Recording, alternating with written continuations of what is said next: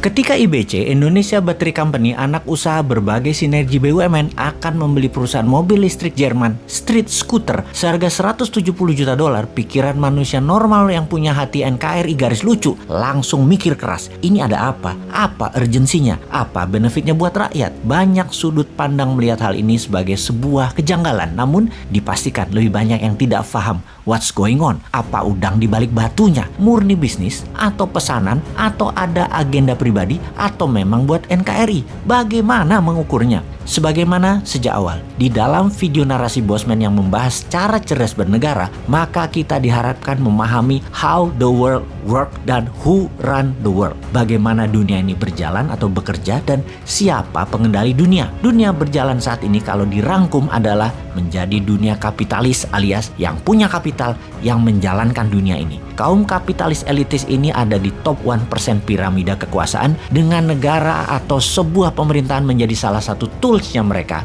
selain mendominasi produk dan mereka mendominasi sistem ekonomi. Kita lebih dalam lagi pembahasannya sekarang. Di dalam wilayah Indonesia, kita harus memahami how Indonesia work atau cara bekerjanya pemerintahan di Indonesia dan who run Indonesia. Siapa yang menjalankan atau mengendalikan Indonesia. Cara bekerja pemerintahnya. Untuk rakyatkah? Untuk golongan atau kelompokkah? Untuk partai atau politikuskah? Untuk UKM-kah? Untuk menjadi negara superpower kah? Untuk selalu pegang kendali pemerintahan dan jabatankah? Untuk kepentingan asingkah? Apapun itu, kita harus simpulkan. Lalu, siapa yang menjalankannya? Yang paling mempengaruhi kebijakan itu siapa? Yang menentukan arah pemerintahan dan jalannya negara itu siapa? Yang mengarsiteki bangunan bernegara itu siapa? Sistem negara atau individu atau kelompokkah yang menjalankannya? Pakai strategi meritokrasi di mana yang menjabat adalah hanya orang berprestasi, atau pakai nepotisme atau kolusi kelompok serta kepentingan keluarga yang menjalankan pemerintahannya saat ini. Kita renungkan kembali dua pertanyaan di awal. Siapa yang menjalankan Indonesia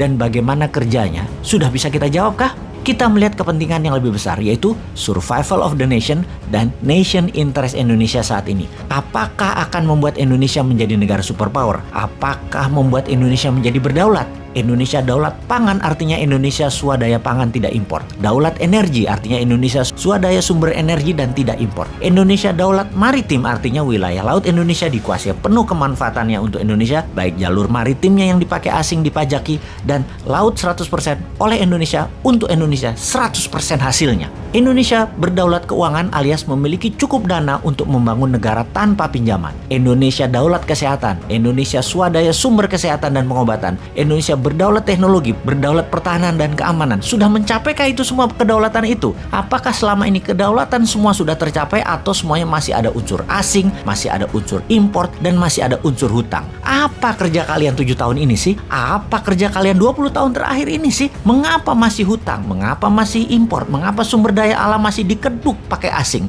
Lalu kalian minta 20 tahun ke depan masih calon-calon yang ada adalah yang dari kelompok kalian. Semua kandidat rasanya belum mewakili Indonesia berdaulat. Indonesia menang, Indonesia superpower, Indonesia global player. Belum. Aduh, maaf melenceng sedikit ke politik. Oke, kita kembali ke topik. BUMN mengapa menjadi oligarki sih? Ini yang huran Indonesia arahnya kok ke arah kepentingan kelompok, dan how Indonesia work makin jelas arahnya bukan untuk rakyat. Duh, kok yang di pucuk tertinggi nggak ngeh juga sih? Arah kapal melenceng jauh dari tujuan keadilan sosial untuk rakyat. Hilang nih sila kelima dari Pancasila jadinya.